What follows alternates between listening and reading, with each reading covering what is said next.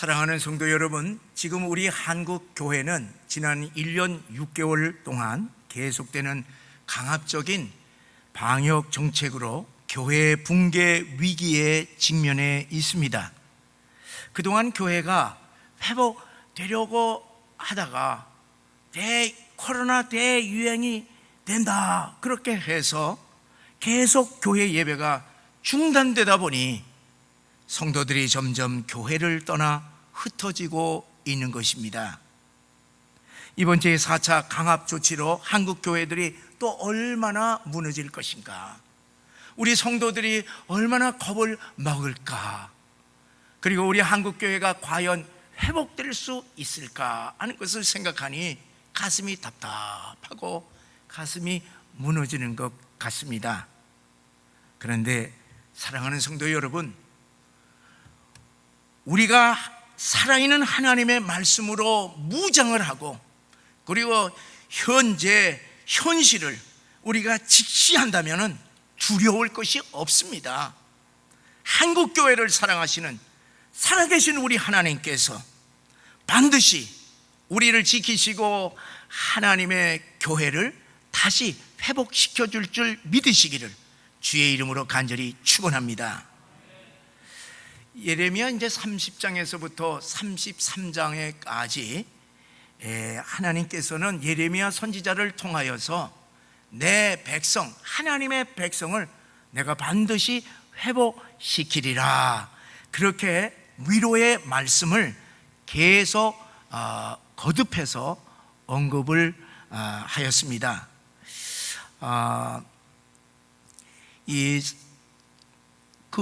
예레미야 30장에 보게 되면은 하나님께서는 세 가지 하나님의 방법으로 하나님의 백성들을 회복시켜 준다고 예언을 하셨습니다.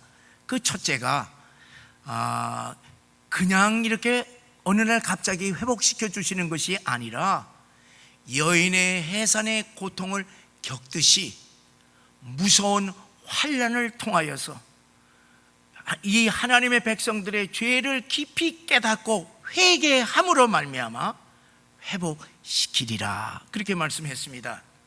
두 번째로 이 온전한 하나님의 백성의 회복이라고 하는 것은 우리 오실 예수 그리스도에 의하여서 이루어질 것이다. 그리고 세 번째는 불신자, 이 세상은 하나님께서 심판하실 것이지만은 하나님의 백성들은 반드시 구원하리라. 이와 같은 세 가지를 예언을 했습니다. 오늘 우리들이 읽은 이 31장의 본문의 말씀은요, 너무나도 놀라운 말씀을 우리들에게 하시고 있습니다. 남쪽 유다가 바벨론 제국에 의하여서 망하게 될 위기적인 상황에서 북이스라엘의 회복을 예언하시는 것입니다. 북이스라엘은 이미 120여 년 전에 아수르 제국에 의하여서 완전히 멸망당하여서 지금 그 흔적조차 찾아볼 수 없는 그러한 이 상황인데, 그 북이스라엘을 하나님께서 다시 회복시키리라, 그렇게 약속하시는 것입니다.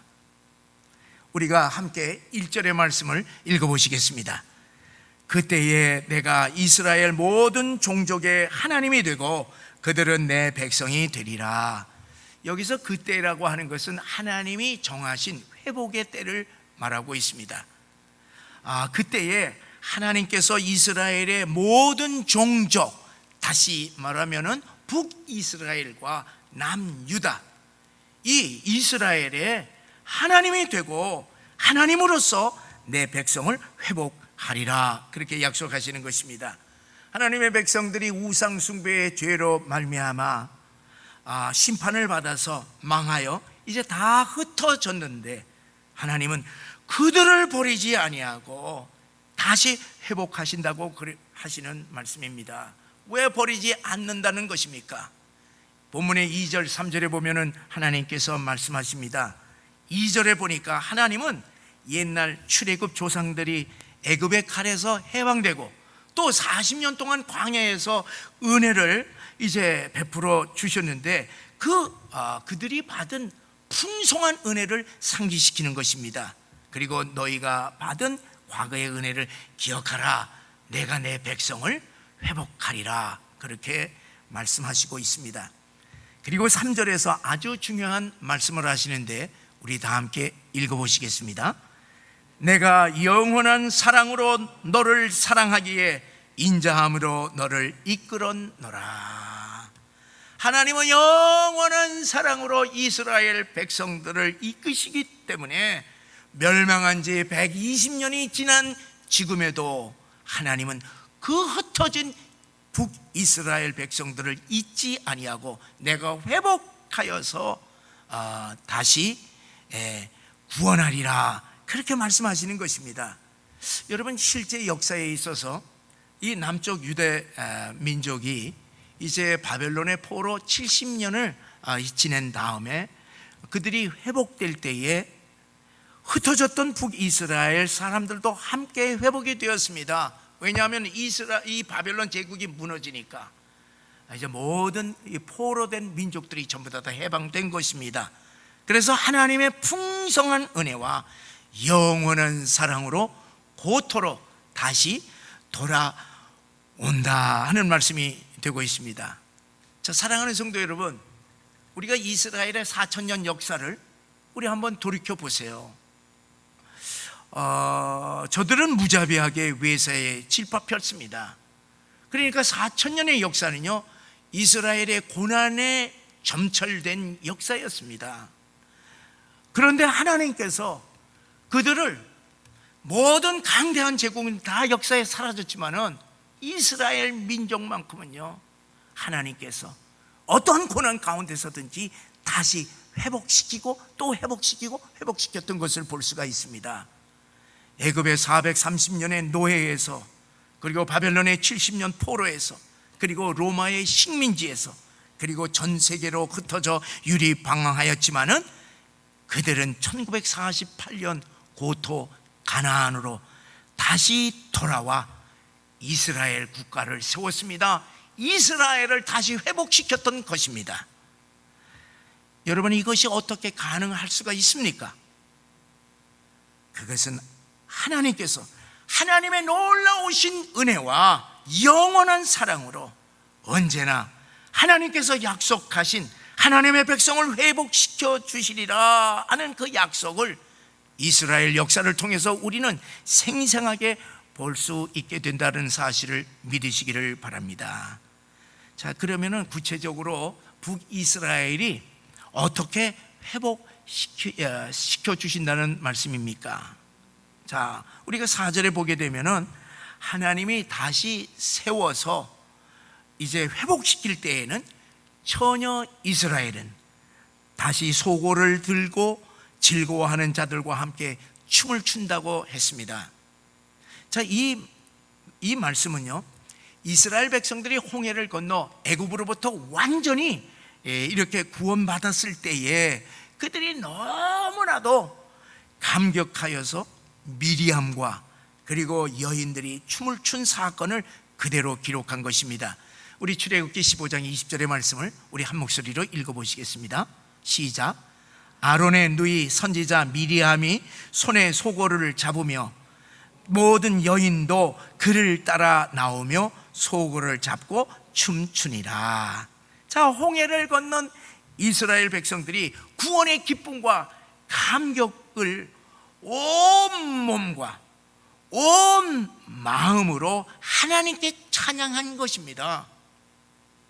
5절에 보니까 사마리아로 돌아와서 포도나무를 심고 포도 열매를 따서 먹으면서 하나님께 감사하는 것입니다. 6절에 보니까 파수꾼이 외칠 때에 모든 백성들이 함께 다 일어나 시온으로 올라가 하나님께 예배를 드리자, 그렇게 말씀하는 것입니다. 사랑하는 여러분, 하나님께서 북이스라엘 백성들을 어떻게 회복시킨 것입니까? 그것은요, 예배의 회복이었습니다. 왜 하나님께서 이스라엘 하나님의 백성들을 멸망시킨 것입니까? 그것은 다른 것이 아니라 예배의 타락에서부터 그들은 멸망을 길을 달리게 된 것입니다. 자, 이사야 선지자는요, 이스라엘 백성들의 헛된 예배에 대하여서 하나님께서 도저히 견딜 수 없다는 말씀을 이사야 1장 13절에서 말씀합니다. 헛된 재물을 다시 가져오지 말라. 분향은 내가 가증히 여기는 바요 내가 견디지 못하겠노라. 우상을 숭배하면서 형식과 외식으로 드리는 그 예배, 하나님 구역질 난다는 것입니다. 사랑하는 여러분, 이미 멸망당한 북이스라엘과 멸망해가는 유다에게 하나님께서 진정으로 바라였던 것이 무엇입니까? 다른 것이 아니라 예배의 회복이었던 것입니다. 그렇기 때문에 북이스라엘의 회복이라고 하는 것은 과거 10개의 지파로 구성된 왕정 정치 체제로의 회복이 아닙니다. 하나님께 진정으로 예배를 드리기 위하여서 흩어졌던 하나님의 백성들이 가나안으로 다시 돌아와 사마리아에서 하나님께 진정으로 예배를 드리는 예배의 회복이 바로 북이스라엘의 회복을 의미하고 있습니다. 그것은 7절에 보게 되면 나타납니다. 그 예배의 회복이 북이스라엘의 남은 자들에 의하여서 이루어지게 되니 그들을 구원하여서 그들을 남은 자들을 돌아오게 하여 주시옵소서, 그렇게 간구하라 하는 말씀이 됩니다. 여러분 8절에 보게 되면 하나님께서 남은 자를 북쪽 땅에서부터 땅끝까지 다 모으시는데 주로 어떤 사람들이 남은 자들이었습니까? 어떤 사람들입니까? 보세요. 사회적으로 버려진 사람들이었습니다. 맹인과 저는 사람들과 그리고 임신과 해산으로 거동이 불편한 이 임산부들이 함께 큰 무리를 이루어 가나안으로 돌아온다는 것입니다. 여러분, 왜 불편한 몸을 가진 사람들이 그냥 살던 곳에서 그냥 살지, 그 머나먼 고국을 걸어서 다시 돌아오는 이유가 무엇입니까? 자, 불구의 몸이니 타국에서는 완전히 버려진 존재들이었습니다. 게다가 나라를 잃어버린 이 포로들이 아니었습니까? 그들의 소망이 무엇이겠습니까? 그들은 오직 하나님 한 분이 소망이었는데 우상의 나라에서 예배도 드릴 수가 없었습니다. 그러다가 바벨론이 멸망하자 이제 마음껏 예배를 드릴 수 있는 고국으로 돌아가니 고국으로 돌아오면서 그들은 감격하여서 눈물을 흘리며 돌아온다는 것입니다. 사랑하는 성도 여러분, 이들은요 세상적으로 볼 때 보잘것없는 존재들이었지만은 하나님께는 존귀한 존재이라고 하는 사실을 여러분들 분명히 깨달으시기를 바랍니다. 왜 그렇습니까? 하나님께서 함께 역사하실 남은 자들이기 때문에 그렇습니다.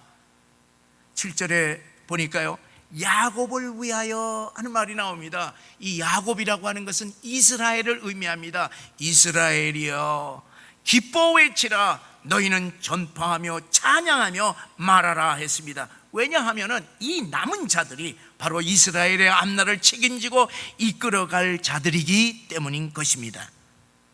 사랑하는 성도 여러분, 성경에서 이 남은 자라고 하는 의미는요 아주 중요한 의미 가지고 있습니다.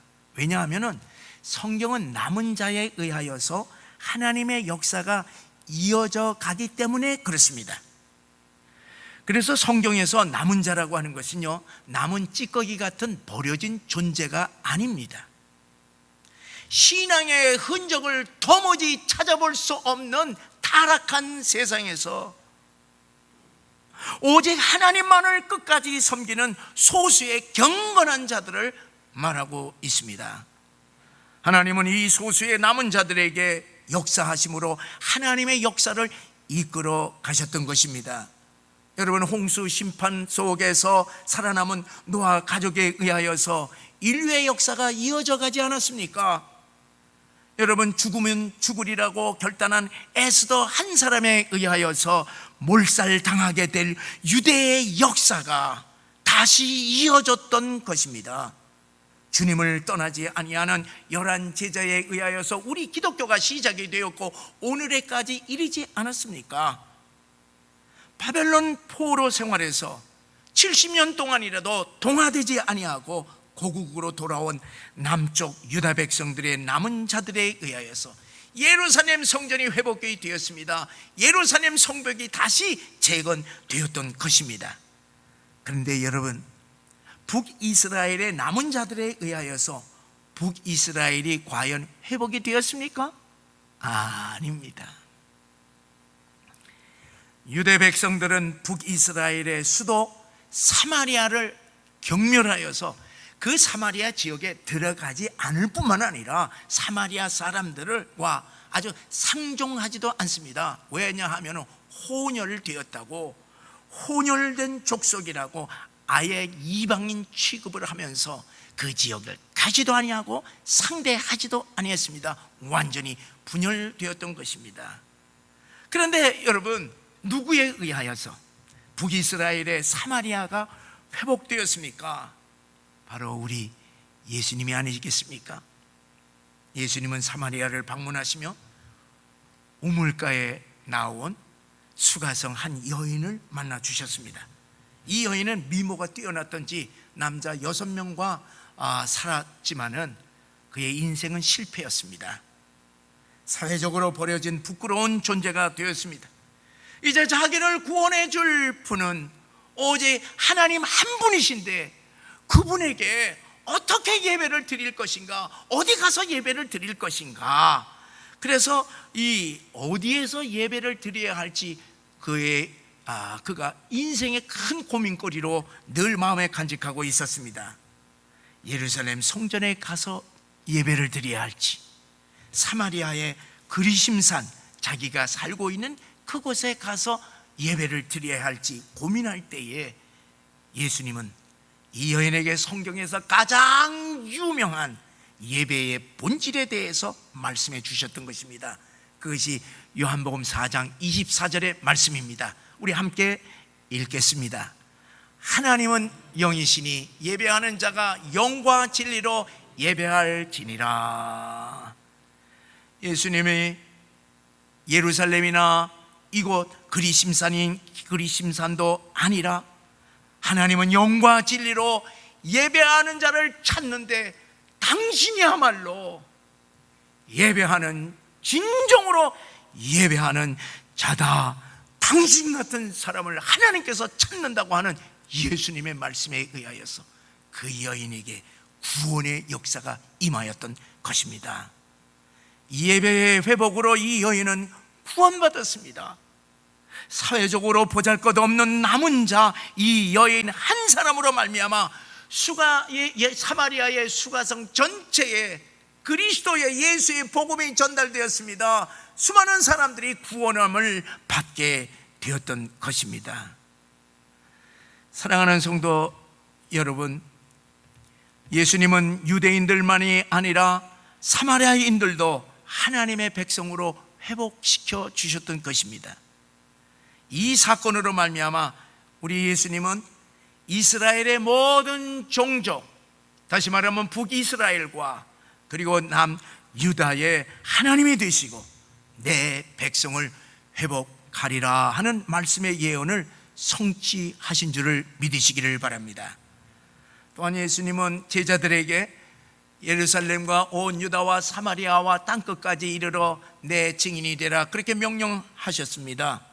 이 말씀에 따라서 바울이 땅끝인 이 로마 땅끝으로 가기 전에 빌립 집사가 사마리아 성에서 크게 전도를 하여서 그 사마리아 큰 성에 기쁨이 임하였다고 기록하고 있습니다. 예배의 회복으로 잃어버린 사마리아가 다시 회복되었다고 하는 사실을 깨달으시기를 바랍니다.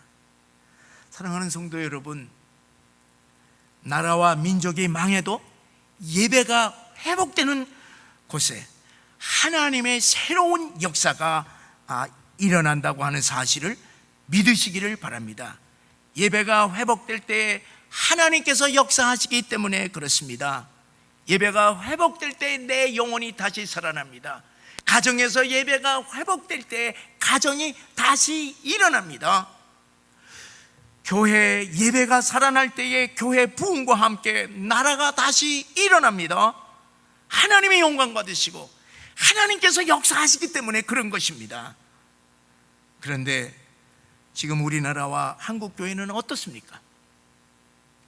교회 예배가 중단되면은 교회도 나라도 무너져가고 우리 가정도 우리 신앙도 무너집니다.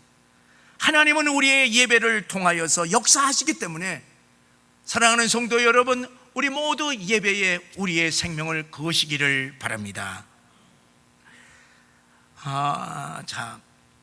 여러분, 이번에 4차 코로나 이 방역 정책이요, 우리 사회를 이렇게 두려움, 공포로 이렇게 몰아가고, 그리고 우리 교회들을 심각하게 붕괴시킬 그러한 위험에 처해 있기 때문에 여러분, 우리는 이 코로나의 현실을 정말 정확하게 우리가 직시를 해야 됩니다. 그리고 우리가 두려워해서는 안 될 것입니다. 제가 조사한 것이에요. 제가 조사한 것이기 때문에 여러분들이 스스로 판단하시기를 바랍니다. 그래서 이 조사한 것을 이렇게 통해서 여러분들 우리 모두가 다 주 안에서 우리가 신앙생활을 당당히 해야 될 것입니다. 자, 왜 갑자기 500~600명의 확진자에서 1000명, 1200명, 1600명으로 확진자가 갑자기 급증한 것입니까? 여러분, 우리가 얼마나 놀랍니까? 그렇잖아요. 모든 것이 그냥 완전히 그냥 사회 전체가 아주 그냥 이 두려움 가운데 깔려 있지 않습니까? 그런데 여러분, 그것은 왜 그러느냐? 검사를 많이 하면은 확진자가 많이 나오고, 검사를 조금 하게 되면은 확진자가 적게 나오는 것뿐입니다. 과거 대유행에도 그랬습니다. 그리고 이번 4차 유행에도 똑같습니다. 방역 당국에서는요, 확진자 숫자만을 이렇게 발표를 하잖아요. 그래서 검사를 몇 명을 했는데 그 중에 확진자가 몇 명 있습니다. 그거 발표한 거 들어본 적 있습니까? 전혀 하지를 않습니다. 그래서 이제 그거를 몇 명 검사를 했는지, 검사의 그 숫자를 이렇게 알아보려면요, 그 구석에 이렇게 있기 때문에 사람들이 그거를 염두에 두지도 않고 그냥 지나가 버립니다. 그런데 이제 500~600명이 있을 때는요, 대개 2만 명 안팎으로 이렇게 조사를 했어요. 저는 어느 국회의원 그거를 조사를 받습니다. 그런데 1000명이 넘어서는 1200명 됐으면 그거에 따블인 4만 명, 5만 명을 검진을 한 것입니다. 어제는요, 등산로에서 검사를 했다는데 8만 3천 명을 등산로에서 딱 해서 누구든지 올라가는 사람들 그냥 다 했다는 얘기예요. 그리고 그러니까 이제는 뭐 2,000명 이제 확진자가 늘어날 것이다. 그건 시간의 문제예요. 왜 그러냐? 이제는 어떤 증권회사 같은 경우는 그 증권회사 전체를 그냥 선제 검사를 한다고. 그리고 이제는 지방에도 선제 검사하는 곳을 이제 다 배치한다는 것이에요. 그러니까 누구든지, 그리고 그냥 단체로 한다는 얘기야. 그러니까 많이 하면 어떻게 되느냐? 많이 나오게 돼 있습니다.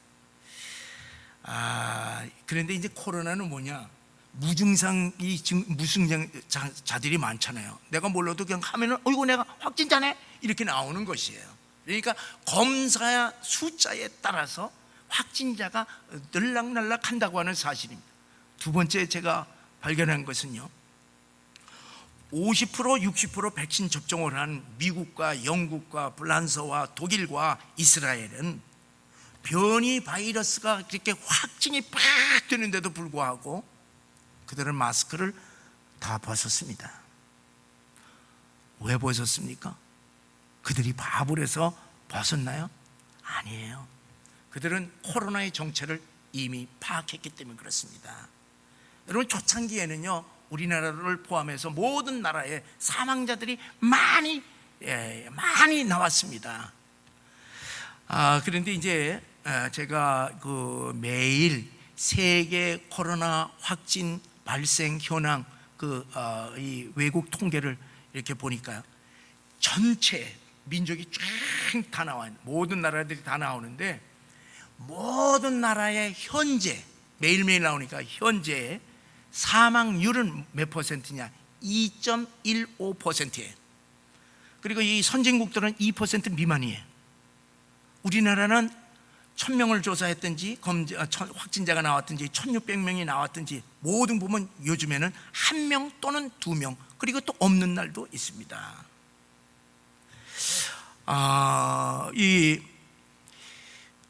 그리고 우리나라는요 1.2%예요, 사망률이. 자, 그런데 이제 질문이 되는 건 뭐냐 하면은, 왜 선진국에서 무슨 델타 바이러스 같은 것이 그냥 막 폭증하잖아요. 환자들이 막 어마어마하게 나오지 않습니까? 그런데 그 왜 그러느냐? 그 간단한 겁니다. 그들은 검진을 많이 했어요. 우리나라보다도 엄청나게 많이 했는데, 독일은 우리나라보다도 4배를 검진을 더 합니다. 그리고 미국은 7배, 미국과 불란서는 7배, 영국이 가장 많이 확진자들이 나오고 있어요. 50%, 60% 이렇게 했는데도 불구하고 몇 배냐? 15배. 그러니까 우리나라나 전 세계나 확진자는 검사의 숫자에서 따라 이게 좌우되는 거예요. 많이 하면 많고 적게 하면 적게 돼요. 그런데 왜 외국 사람들은, 미국에서는, 왜 영국에서는 왜 마스크를 다 벗느냐는 얘기예요. 그거요? 간단한 거야. 백신 접종을 하면서 나타난 것이 무엇이냐면은 중증에 걸리지 않는다. 백신을 맞는 사람은 죽지를 않는다. 그걸 알기 때문에 죽지 않는다는 얘기야. 그래서 이제는 서양에서는 뭐냐 하면 감기보다도 좀 센 건데 같이 바이러스와 코로나 바이러스 같이 살자는 얘기야. 그래서 마스크 다 벗자는 얘기입니다. 젊은 사람들은 죽지를 않는 것이. 그리고 치유율이, 모든 나라의 치유율이 우리나라를 포함해서 전 세계가 95% 치료하는 거예요. 다 치료. 그러니까 죽지 않냐고. 그 치료를 하고, 그러니까 이제 바이러스하고 같이 무슨 변이라도 같이 살자. 그 대신에 뭐 많이 하는 겁니다. 여러분들 판단하시기를 바랍니다. 판단해 보세요. 여러분 생각해 보세요. 우리가 교통사고와 이 독감으로 1년에 죽는 사람들이 3,000명 안팎으로 됩니다. 그럼 하루에 몇 명이냐? 8명, 7명, 8명이 사고로 죽고 독감으로 이제 죽습니다. 그런데 만약에 우리가 방송에서, 신문에서 교통사고 이제 나서 딱지를 떼거나 교통사고가 났습니다. 그리고 오늘 8명이 죽었습니다. 이거를 맨날 방송을 해보세요. 우리 언제 운전하고 돌아다닐 수 있겠어요? 그리고 사망자를 발표 안 하는 거야. 수십만 건 그냥 티켓 띄고 뭐 어디서 뭐 하고 맨날 이러냐. 여러분, 우울증에서 자살로 이렇게 이제 증가가 됩니다. 전이가 돼. 우리 대한민국에서 하루에 죽는 사람들이 38명입니다. 그러면은 죽는 숫자 대변하고 이 각 병원에서 우울증 환자를 다 매일매일 통계를 내서 매일매일 방송으로 내보내 보세요. 어떻게 되겠습니까? 우리가 이 사회에서 살 수 있을 것 같아요? 암으로 죽는 사람 118명이에요. 그거 맨날 118명이 아니라 맨날 선고, 암 선고 받았습니다, 암 선고 받았습니다, 이런 선고 받은 사람들을 맨날 그 광고를 해보세요. 어떻게 해요? 못 살아요. 여러분, 그런데 코로나는 1명, 2명 죽습니다.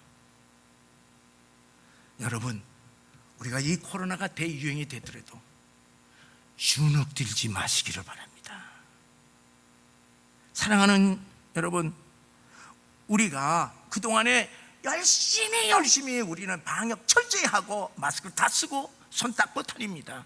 계속 우리 철저하게 우리들이 방역하시되 두려워하지 마시기를 바랍니다. 하나님은 어떤 환경 가운데서 하나님의 백성들이, 주 안에 있는 백성들이 두려워하면서 사는 것을 하나님께서 원하시지 않습니다. 사랑하는 성도 여러분, 코로나에 대한 두려움과 공권력의 위협 가운데 예배를 드리는 여러분들이 이 시대의 남은 자들이 되셔서 하나님이 여러분들을 통하여서 가정을 살리고 교회를 살리고 나라를 살리는 회복의 역사가 일어나기를 주의 이름으로 간절히 축원합니다. 사랑하는 성도 여러분, 하나님은 우리를 영원히 사랑하십니다. 우리들의 죄가 주홍같고 진홍같이 붉을지라도 양털과 같이 흰둥과 같이 주님께서는 우리를 깨끗이 용서하시고 날마다 주 안에서 우리들의 회복의 역사를 누릴 수 있다고 하는 사실을 믿으시기를 바랍니다. 사랑하는 성도 여러분, 우리 주님은 진정으로 예배하는 자기 백성들에게 죄악에서 회복시키고 질병에서 회복시키고 실패해서 회복시키고 근심, 걱정, 염려에서 회복되기를 원하신다고 하는 사실을 믿으시고 예배 때마다 그 하나님의 놀라우신 회복의 역사를 경험하시기를 주님의 이름으로 간절히 축원합니다.